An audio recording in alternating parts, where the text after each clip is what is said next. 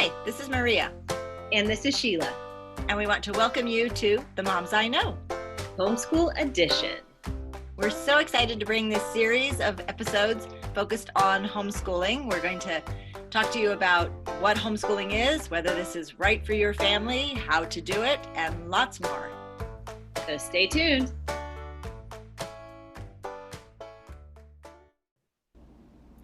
Owning our story and loving ourselves through that process is the bravest thing we'll ever do. Brené Brown. So as you're starting this path of considering homeschooling, you may be thinking, well, wait a minute, why would I be listening to these two women?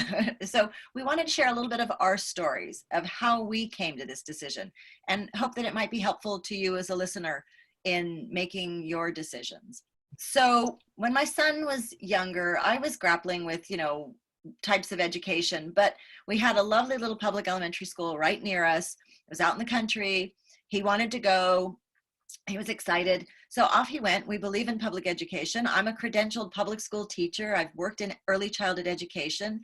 And like I said, I believe in it. My family comes from, a line of educators. And so we let him attend the local kindergarten, and it was fine for him. He enjoyed it. He liked being with kids, but I did find myself having to interrupt him on mornings when he would be doing these amazing projects. And then I'd have to interrupt him to take him to this school where things were kind of segmented. And then he'd come home and he was a little irritable and stuff like that. But, we worked through it. And then first grade did not work out. It was just I dropped off a happy, excited child and picked up a child who was miserable. And over the next couple of weeks, we worked really hard to try to figure out what had been happening. And ultimately, I was handed a copy of Joseph Chilton Pearce's book, The Magical Child, and I read that, and I also went and heard him speak, and at that moment I realized I needed to pull my child out, that this was not the place and the time for him, and I needed to really look at what was going on for him. And that started our homeschool journey. So I have to say, we just jumped right in, not really knowing that much about it, and we had to kind of figure things out along the way. And there weren't too many people homeschooling at that time. This was quite a while ago. It was almost 30 years ago. But anyhow, we figured it out as we went, and we made mistakes along the way, but I was working with a local mentor who was able to help me, and there was another little program in the area that was just starting. So I read as much as I could. I read John Taylor Gatto. I read the Colfax family they had been writing books about homeschooling and excellence in education. And so I was really grappling with this whole concern of, what is going to be the best education for this child at this time? So we muddled through for a few years, but we also wanted to be part of the community. So we went to our local school that had not really worked out for him, but we said, if you had a homeschool program, we'd like to stay and be part of the community. So along the way, they asked me to put a proposal together, and I did. And surprisingly, they asked me to head it up. And the fact that I was a credentialed teacher, I was able to do this. So, in those early years, I was homeschooling my children, and I was starting this little fledgling program, which over the next few years grew to be quite large with a waiting list. So we were onto something here. Many families were coming to this question of, what's going to be the best education for my child. And so there, as we have said earlier, there's so many reasons why you might want to homeschool your child. And every family has to grapple with that decision themselves. But for us, it was the right decision at that time because that classroom situation was not meeting his needs. Down the line, we also had, found Waldorf education. And at certain times in my children's lives, that was the right place for them. But always kind of going inward, looking at these decisions year to year, child to child, what was going to be the best for them. And so that's a little bit of my backstory. And Sheila, I know we have similar stories, but I want to hear your perspective on yours as well. Yeah, well, I'm so grateful that you started that little program up at Mountain School because that's where we met. And, it was the day before school started where my son thought he was going into the regular classroom, but we got a call from the principal that said somebody from in district moved in, because at the time we were living out of district. And it was, whoa, really? Okay, I got to change gears and make a plan fast. And it was kind of serendipitously where I got a call from you, Maria, that said we have a spot open on our roster, and there is a spot for TAG. And I said, okay, let's do this. And, I was so relieved the next morning when we showed up for school. He had a cubby, and he had his name there. And so it felt from the beginning that this was the place that we were going to be. And it wasn't like I wasn't pushing towards homeschool, yet I was open to it. Which way was the universe showing me to go? And it was, I just remember seeing you, and right after that classroom, we went down to the creek and talked with the other families. And I think that's a really big part of homeschooling, is just the community, as well as the invitation to that your classroom is anywhere and everywhere. And so for that, for me, having that classroom outside on the creek and everything, I remember Brent and I were there with our other daughter and son, and it was just like, this feels right, and this feels like home. And so we are going to continue this, and we will just take it year by year. Well, 10 years later, right, we homeschooled for 10 years, and I love the balance. We're going to talk about homeschool, like how people set up their different homeschools and the different homeschool options. But this option that Maria created, I think, is one of the best, because it's called like a homeschool hybrid, where the kids went to school 2 days a week and then 3 days at home. And so that for us was just a fabulous rhythm to learning, and a fabulous rhythm for education. And I'm just so grateful that, you and I had our monthly meetings. And I think that's why this podcast, we flow, because we're speaking about, we've talked about education, we've talked about children, we've talked about nutrition and nature for over 10 years. And so this is just that natural progression of us just bringing this conversation, because people need to hear this. People need to hear that there are options, and not everything is perfect. And I had my share of health challenges that really, like, was homeschooling going to be a good fit? But in reality, the health challenges, homeschooling allowed me to have that space for my children to be able to still feel very grounded, even though their mother was going through some health challenges. And so I'm grateful for homeschooling. And that's why I'm in the position now of being a homeschool teacher with a charter school, because I believe in homeschooling. I am too. I was a former high school history teacher. I was in the classroom for 7 years.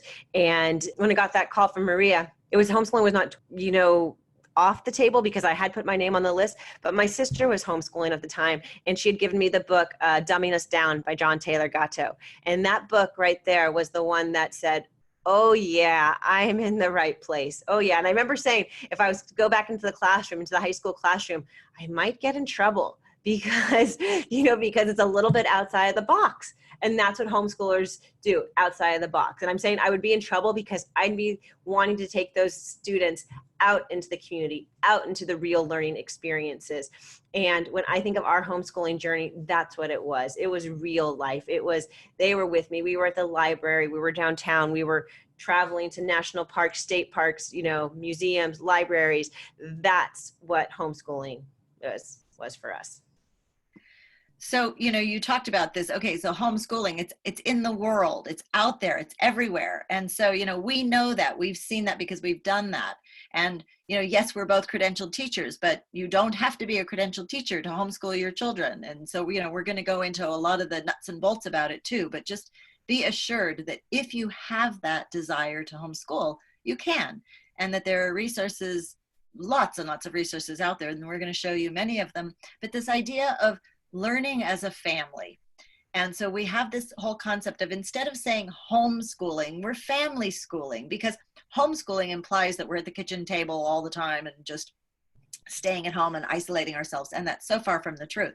And so just the world is our classroom, and we can be learning anywhere and everywhere. We can be learning as a family. We can really encourage this idea of lifelong learning. And you touched a little bit on, you started to talk about the benefits of homeschooling. Homeschooling can happen anywhere. That's one of the beautiful things about it. We learn at the creek, we learn at the park, we learn in the museums.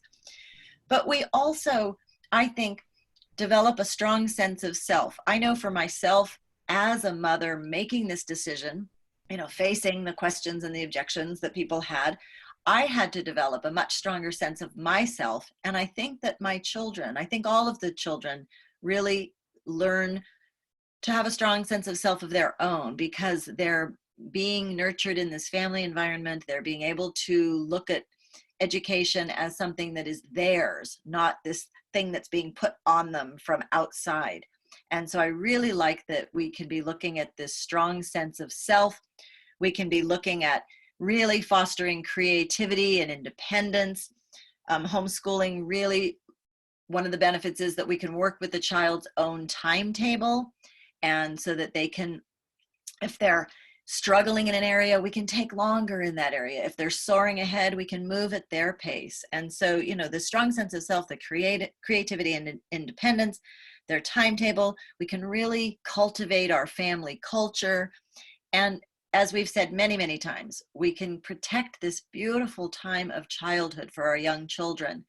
And for those of you who might have older kids and you're thinking about maybe pulling them out, there is also this beauty in kind of reconnecting as a family in the preteen or teen years, and sort of nurturing the family at this time when children are individuating, but they still need the loving container of their family. So I know there's a lot of other benefits that we can talk about as well.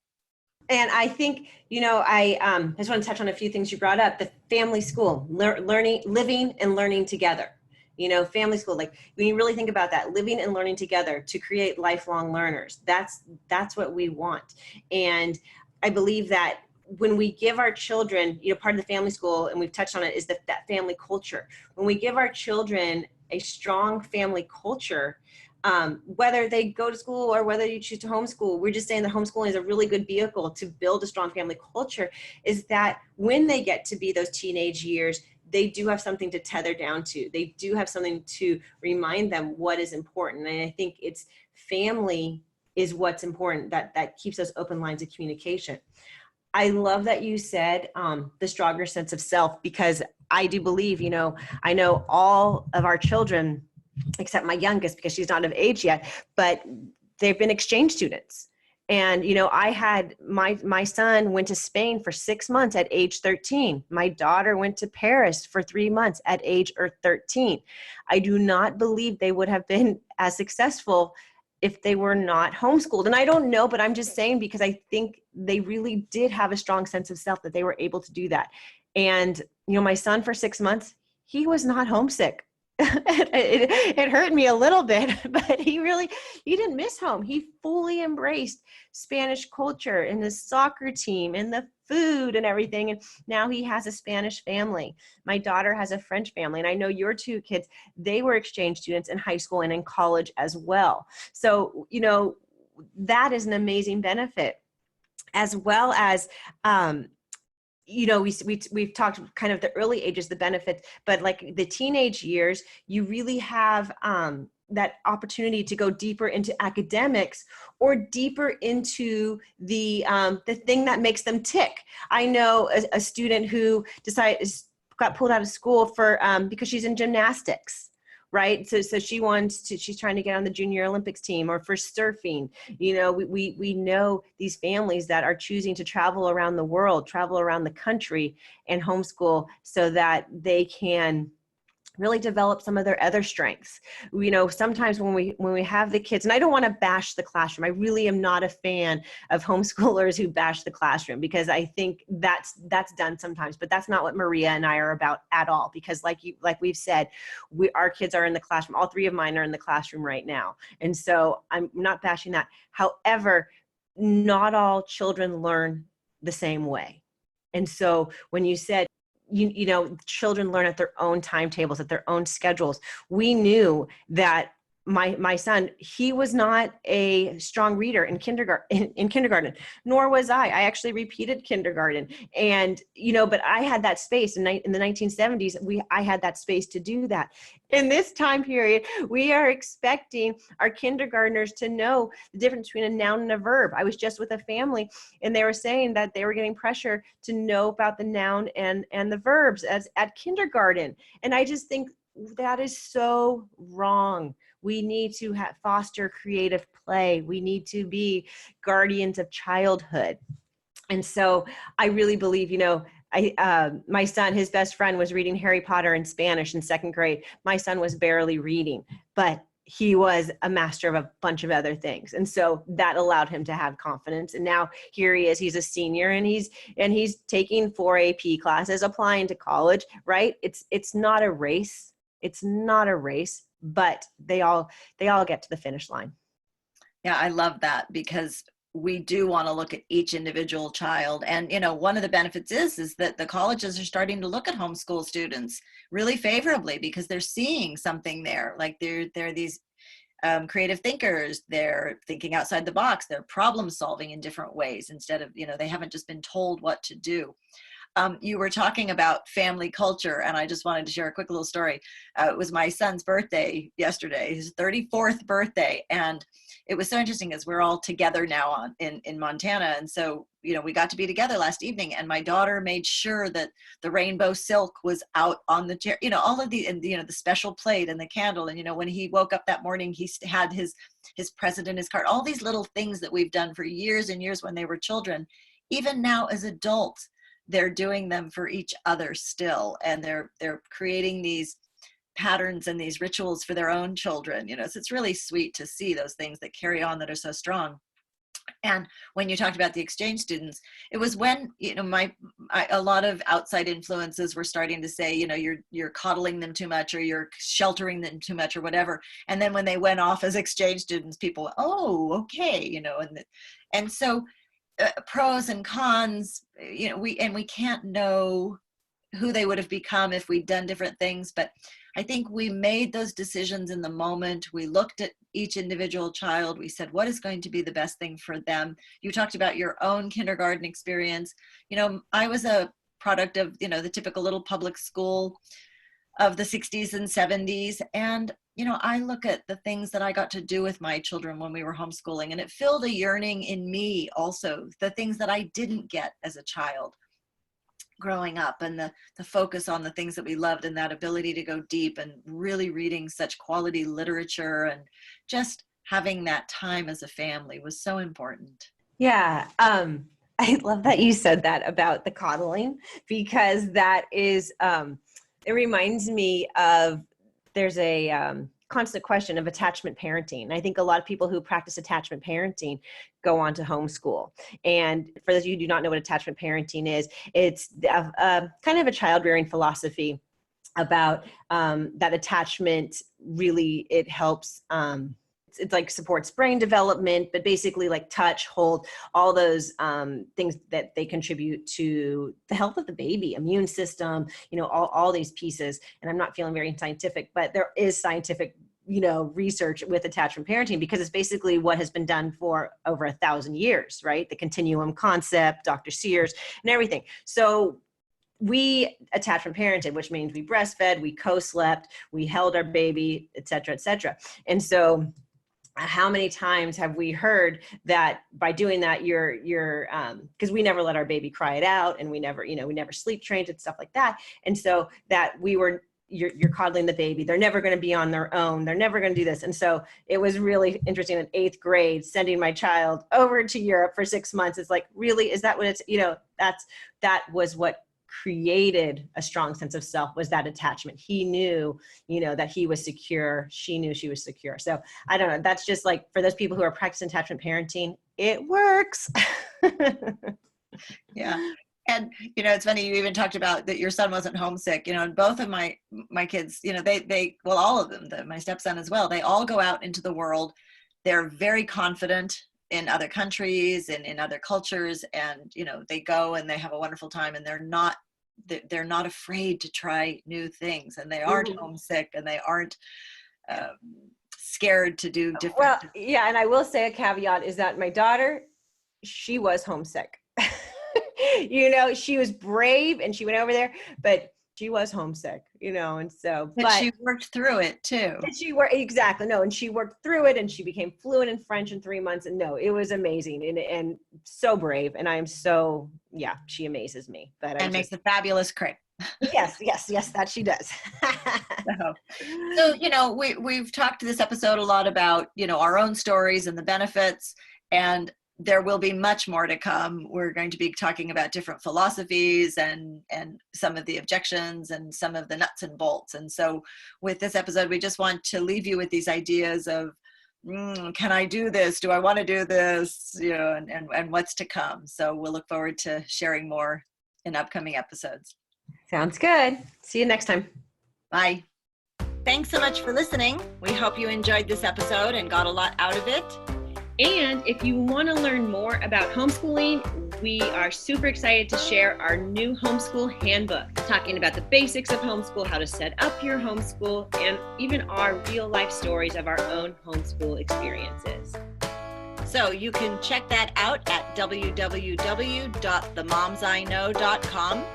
And we look forward to hearing more from you and getting your insights and questions. And if you can, we want you to share this. We want you to share about the homeschool handbook and share about the Moms I Know. And if you can, rate us on iTunes. We would be so appreciative. Thank you. We are so grateful for our listeners like you. Take care. Bye-bye.